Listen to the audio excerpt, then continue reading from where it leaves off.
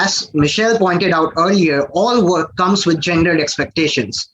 If queer is not merely an identity, but as the Mary Nardini gang point out, the qualitative position of opposition to presentations of stability and a total rejection of the regime of the normal, then we can understand queer and trans fugitivity as precisely a mode of illegalist resistance that is targeted by the apparatuses of normalization.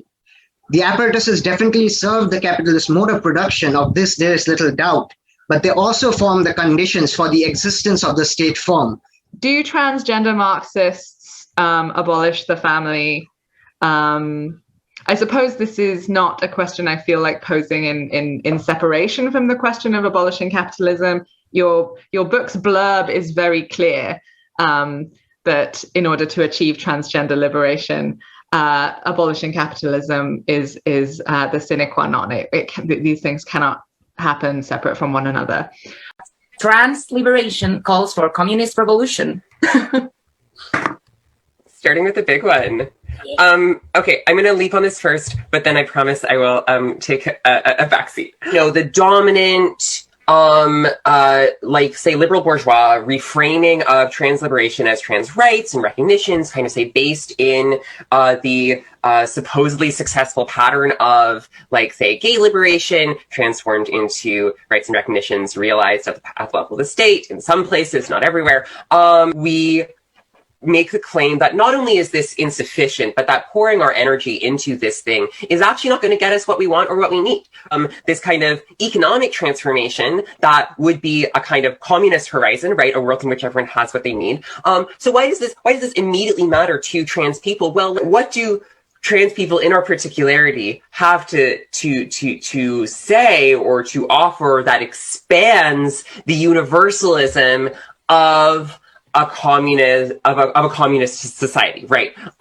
Which is to say, one that would be achieved in time through processes and events that we could call revolutionary, that we would have to call revolutionary because they would require the abolition of society as it currently is. That when we demand society be rearranged in certain ways, this is a part of the project. Currently a movement towards the abolition of family, but that movement can, and if we're pursuing a free society, really must continue towards restructuring of the distribution of social care beyond kin altogether.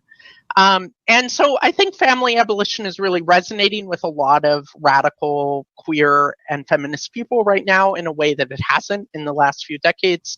I think some of that is really for some of the same reasons that a lot of people are turning to Marxism, thinking about the economic crisis, thinking about some of the muddled conceptual impasses in queer and feminist theory in the 1980s and 90s, despite their many innovations.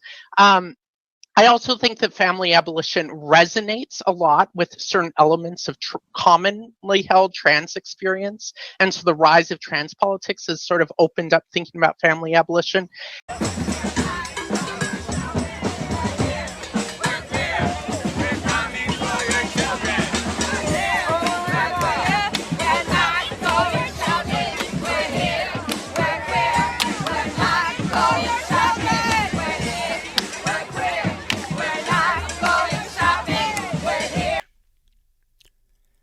I wanted to make a short podcast to introduce some of the core arguments of my new book, The Queering of the American Child, co-authored with Dr. James Lindsay and published by New Discourses.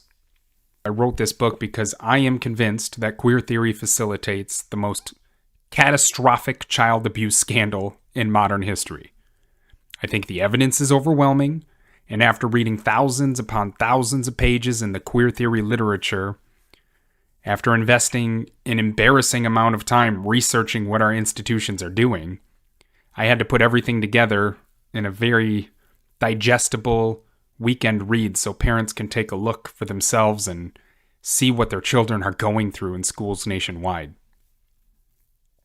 The book makes many arguments, but here are the biggies. Number 1, queer theory exists. I've been reliably told that it doesn't, that it's a right-wing conspiracy theory, that it's the thing conservatives point to so they can justify their sexism, bigotry, and transphobia, etc., etc. Queer theory exists. There's a vast corpus of literature behind it. It's clearly identifiable.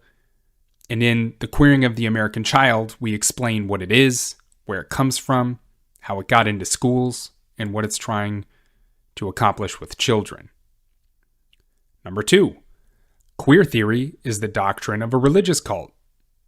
I refer to that cult as the queer cult, but as we lay out in the book, it could be referred to as the queer Marxist cult, or even more precisely, as Dr. James Lindsay's work so brilliantly lays out, the queer Gnostic cult. Number 3, the queer cult is poisoning the healthy minds and bodies of normal kids.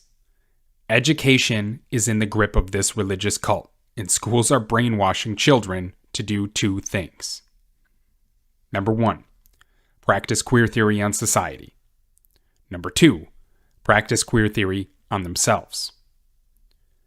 The outward practice of queer theory on society is meant to subvert and then destroy all norms, all traditions, categories, definitions, standards, rules. And the inward practice of queer theory is one of a radical and perpetual self-revolution, a never-ending deconstruction of oneself in the quest to uncover one's queer divinity. What does this all look like? It looks like kids marching out of schools as activists, with sledgehammers in hand, brainwashed to believe they live in a society of nails. It looks like kids who will never experience normal sexual or cognitive development. Kids who feel like they will never be happy unless they are put under the knife and medicalized for life. Number 4, the queer cult is doing everything it can to subvert parental authority and separate you from your children. The evidence for this is overwhelming, not just in the hellscape that is their academic literature, but in the inclusive policies and practices they deploy in schools nationwide. Public, private, rural, urban, small and large, those strapped with cash and those with overflowing war chests. I'm here to tell you that queer theory must be understood if we're ever to put a stop to the madness and allow children to lead healthy and normal lives. These are the chief arguments in the book. And my co-author and I bring in hundreds of citations so you can hear it straight from the horse's mouth. Straight from the academics, straight from the policy shapers, and straight from the teachers practicing queer theory. Bragging about it. Bragging about it. In academic journals, in books, in dissertations, all over the place, everywhere they can. Practicing queer theory on children in schools. Okay, with that out of the way, I want to take a minute to tell you what queer theory is not. And I'll explain this in the context of education because that's the context of the book. Queer theory is not about making sure gay and lesbian kids aren't bullied. I'll repeat, queer theory is not about making sure gay and lesbian kids aren't bullied. It's not about doing everything we can to make sure kids who happen to be gay or lesbian are more visible, less stigmatized, and treated as equally as anyone else. Queer theory is openly, explicitly, rabidly hostile to the idea that some kids just happen to be born gay or lesbian.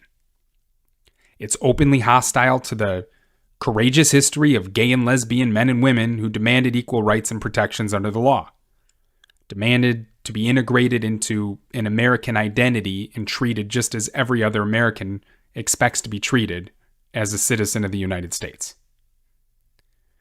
The cult of queer theory finds this history intolerable. Queer theory argues that the categories of gay and lesbian should remain radical sites of revolutionary political struggle. And the queer cult hates the fact that gays and lesbians can now lead happy, normal, and stable lives.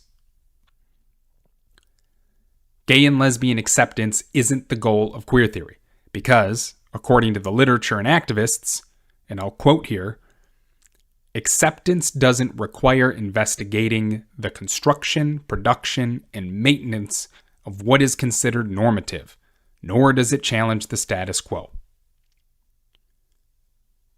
The queer cult will forever be positioned against the status quo, no matter what that status quo looks like. For the cult, gays and lesbians are, by definition, conservatives. They are, in the cult's mind, helping to conserve the socio-political order, the constitutional republic. And as such, for the cult, gays and lesbians are, by definition, the enemy. Queer theory is so hostile to the idea of it gets better and the sentiment that who cares about your sexuality? Like, whatever, tell me something more interesting about yourself. That it is actively convincing children who would grow up and happen to be gay or lesbian that those children were born in the wrong body. A very strong case can be made for the claim that queer theory is a eugenics program that is sterilizing gay and lesbian kids. A eugenics program that is sterilizing kids with autism, kids with various disabilities, kids with trauma, kids with mental health issues. If someone is telling you that queer theory is about helping gay kids, that person is either has no clue what they're talking about, or they're actively manipulating you. They're using gay kids as cover for their queer activism. Okay? Okay. Another point, a very brief point that this book will help you understand fully. Queer theory is not about including everyone in a healthy set of societal norms. It is not about cohesion at all. It is entirely concerned with dissolution. It's perhaps the most corrosive, acidic, and destructive political program to ever escape the academy. If someone is telling you it's about inclusion, they are ill-informed, ignorant, or they are actively trying to manipulate you. Okay, by this point, we can talk about what queer actually means.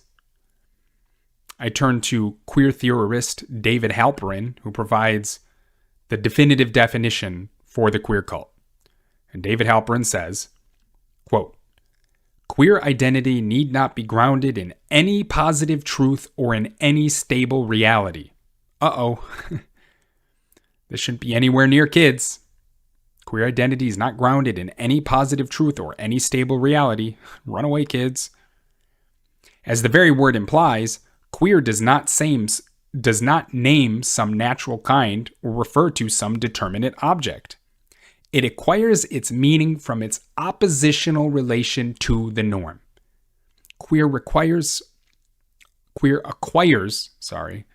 its meaning from its oppositional relation to the norm. It is defined by its position, its oppositional stance towards the norm. Queer is by definition whatever is at odds with the normal, the legitimate, the dominant. There is nothing in particular to which it necessarily refers. It is an identity without an essence.